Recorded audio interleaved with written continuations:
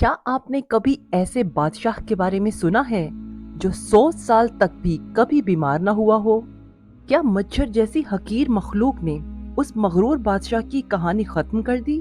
और कैसे मुमकिन हुआ कि उस मगरूर बादशाह की बेटी आग में कूद कर भी सलामत रही? अस्सलामुअलैकुम। फोकस टीवी उर्दू में खुशामदीद। दोस्तों, तारीख गवाह है कि दुनिया के 4 ऐसे बादशाह गुजरे हैं जिन्होंने मशरिक और मगरिब तक हुकूमत की। इन 4 शहनशाह अर्ज में से 2 बादशाह मोमिन थे और 2 काफिर। हजरत सुलेमान अलैहिस्सलाम और हजरत जुल्करनैन मोमिन हुक्मरान थे, जबकि बख्त नसर और नमरूद काफिर बादशाह थे जिन्होंने ताकत के नशे में खुदाइयत के दावे भी किए। आज हम बात करेंगे नमरूद बिन कनान के बारे में, जिसका शुमार उन 4 आलमी हुक्मरानों में होता है जिन्होंने जमीन पर वसी तरीन सल्तनत कायम की। लेकिन सबसे पहले आपसे ये गुजारिश है कि अगर आप हमारे चैनल पर नए हैं तो चैनल को सब्सक्राइब करें और साथ ही नोटिफिकेशन बेल दबा दें ताकि नई आने वाली हर वीडियो आप तक बआसानी पहुंच सके। दोस्तों, नमरूद बिन कनान, जिसका शुमार 4 आलमी हुक्मरानों में होता है, उसने जमीन पर वसीओ अरीज सल्तनत कायम की। उसकी हुकूमत तकरीबन 400 साल तक चली और उसकी शोहरत दुनिया भर में फैल चुकी थी। एक तवील अरसे तक वो किसी बीमारी या जिस्मानी कमजोरी का शिकार नहीं हुआ।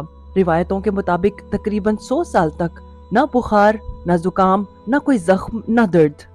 वो सेहत, दौलत और ताकत का एक ऐसा मजमुआ बन चुका था जिससे खुद पर खुदाई का गुमान होने लगा।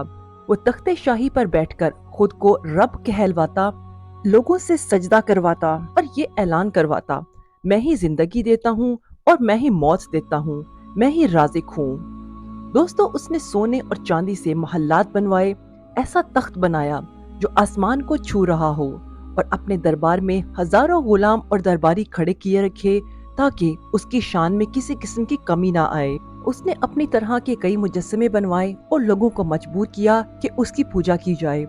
ये वो वक्त था जब अल्लाह ताला ने हजरत इब्राहीम अलैहिस्सलाम को हिदायत अता की।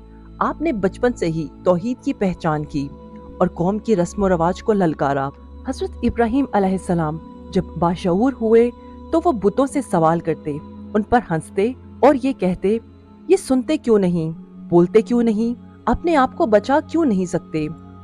एक दिन हजरत इब्राहीम अलैहिस्सलाम ने बुत खाना में जाकर तमाम बुतों को तोड़ दिया और कुल्हाड़ी सबसे बड़े बुत के हाथ में दे दी। जब लोग वापस आए और गुस्से से चीखे तो आपने कहा, इससे पूछ लो, शायद इसी ने सबको तोड़ा हो। कौम लाजवाब हो गई, लेकिन कुफ्र और तासुब ने उन्हें हक से अंधा कर रखा था। जब ये खबर नमरूद तक पहुंची तो वो भड़क उठा। उसने हजरत इब्राहीम अलैहिस्सलाम को दरबार में बुलवाया। उस वक्त हजारों सिपाही, दरबारी, आलिम और आम लोग जमा थे। नमरूद ने गरूर से कहा, बताओ तुम्हारा रब कौन है? हजरत इब्राहीम अलैहिस्सलाम ने कहा, मेरा रब वो है जो जिंदगी देता है और मौत देता है। नमरूद ने फौरन 2 कैदी मंगवाए, एक को कत्ल करने का हुक्म दिया और दूसरे को आजाद कर दिया। फिर उसने कहा, मैं भी जिंदगी देता हूँ और मौत देता हूँ। इब्राहीम अलैहिस्सलाम मुस्कुराए और कहा, मेरा रब सूरज को मशरिक से निकालता है, अगर तू रब है तो उसे मगरिब से निकाल दे। ये एक सवाल, एक दलील, एक ऐसा तीर था जो नमरूद के तकब्बुर के किले को चीरता चला गया। सारा दरबार खामोश हो गया।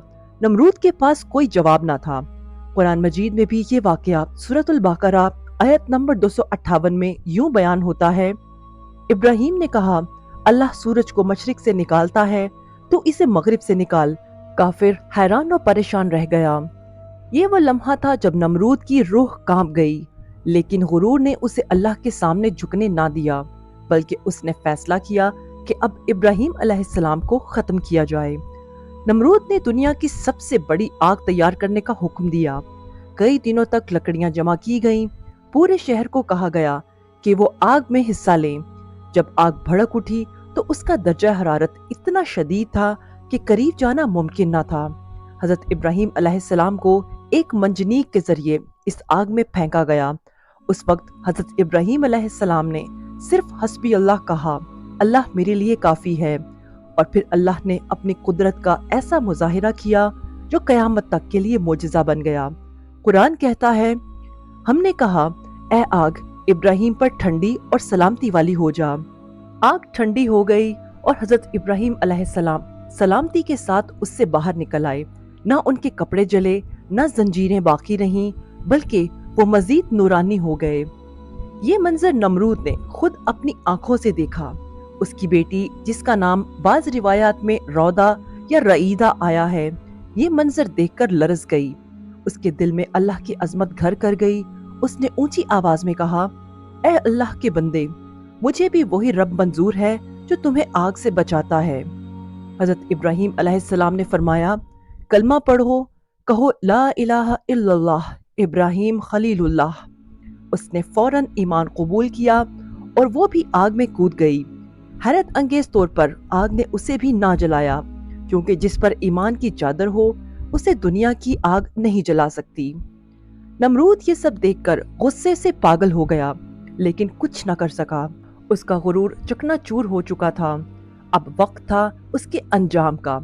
اللہ تعالیٰ نے اس عظیم بادشاہ کو ختم کرنے کے لیے نہ کوئی فوج بھیجی، نہ کوئی جنگ اور نہ کوئی قحط، صرف ایک لنگڑا سا مچھر۔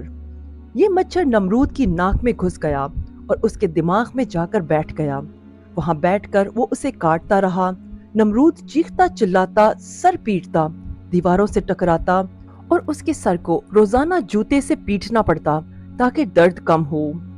دوستو، 40 سال تک یہی ہوتا رہا۔ نمرود اپنی سلطنت چھوڑ بیٹھا، محل و تاج بیکار ہو گئے اور آخرکار وہ اس مچھر کی اذیت سے مر گیا۔ دنیا کے طاقتور ترین بادشاہ کا خاتمہ ایک معمولی سے مچھر کے ہاتھوں ہوا۔